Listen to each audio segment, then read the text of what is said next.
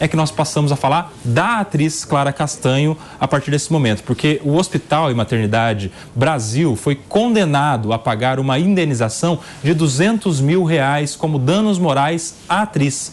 O hospital deixou vazar que ela teve uma gravidez indesejada, fruto de um estupro, e que decidiu dar a criança para a adoção. Nós procuramos a assessoria de imprensa da maternidade que respondeu que não comenta as decisões judiciais. Vocês se lembram desse caso?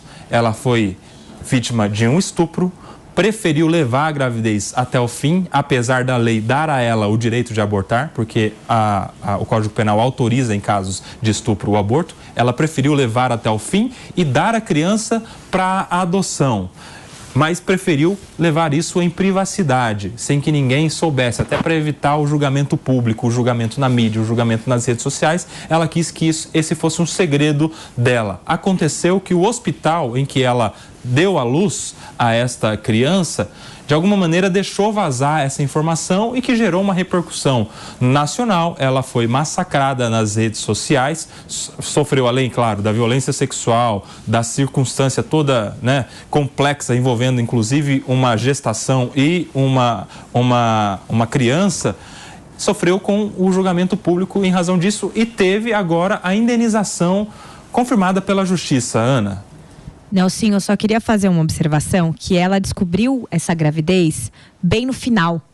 Então, não é que ela tinha a possibilidade de, enfim, fazer um aborto, não, porque já era, tipo assim, 8º mês de gravidez quando ela descobriu. Que é outro debate, isso, né? Até que quando é um outro debate. Pode não abortar. Mas, enfim, essa notícia, tudo que aconteceu com essa moça é de uma gravidade, de uma falta de sensibilidade das pessoas envolvidas, porque ela foi vítima de um crime e ela foi vítima de um novo crime ao tentar fazer aquilo que ela entendia que era o correto de forma privativa. Hoje a gente discutiu muito no programa sobre essa questão de privacidade e de exposição. Ela claramente não queria ter isso exposto e teve de forma indevida por um funcionário do hospital. E aí, se a gente for falar de direito, quando a gente tem um funcionário do hospital, quem responde é o hospital de forma objetiva. Óbvio que teve reparação extra patrimonial, né, que é o dano moral que a gente chama, mas R$200 mil é uma indenização altíssima se você considerar os parâmetros brasileiros. Mas será que R$200 mil é suficiente para confortar essa moça por tudo que ela passou, sendo uma pessoa pública, e a gravidade daquilo que foi feito com ela?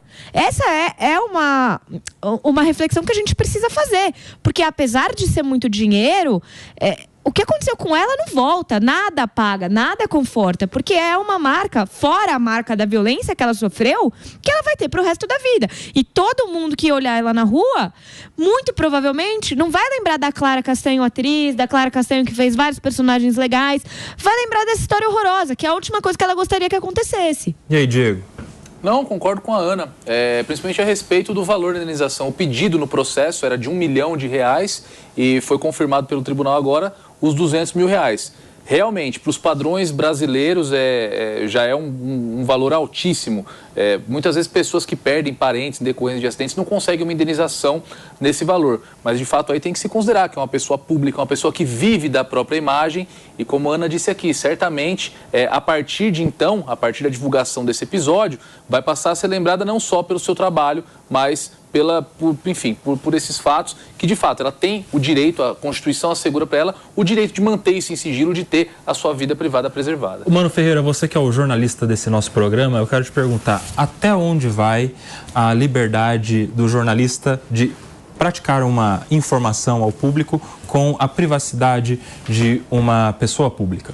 Olha, eu diria que é um caso de violação ética da profissão, né? Porque acredito que foi uma avaliação equivocada pelas pessoas que resolveram divulgar essa informação. Faltou a apuração correta, porque vale lembrar, o caso começa a via público como atriz abandona filho, né? Ou seja, parecendo uma coisa como se ela estivesse sendo uma desumana, alguém que vai contra o instinto maternal, que tem um filho e abandona a criança e doa a criança para adoção, apesar de ser bem-sucedido e ter condições de cuidar da criança. Não se sabia a origem da história. Não se sabia que a criança era fruto de uma gravidez indesejada, de um estupro, de uma violência, uma violação profunda. E aí o ponto era uma história absolutamente privada, sem interesse público, e que veio a público de uma forma irresponsável em busca do like, da visibilidade, da repercussão que o nome da Clara Castanho gera no país e não, de fato, de algo cuidadoso com interesse público. Então, você acha que o interesse público é a chave que limita uma divulgação de uma informação? Exatamente. O que deve nortear o trabalho da imprensa é sempre o interesse público. Há interesse público em saber da vida privada da Clara Castanho? Não havia interesse público.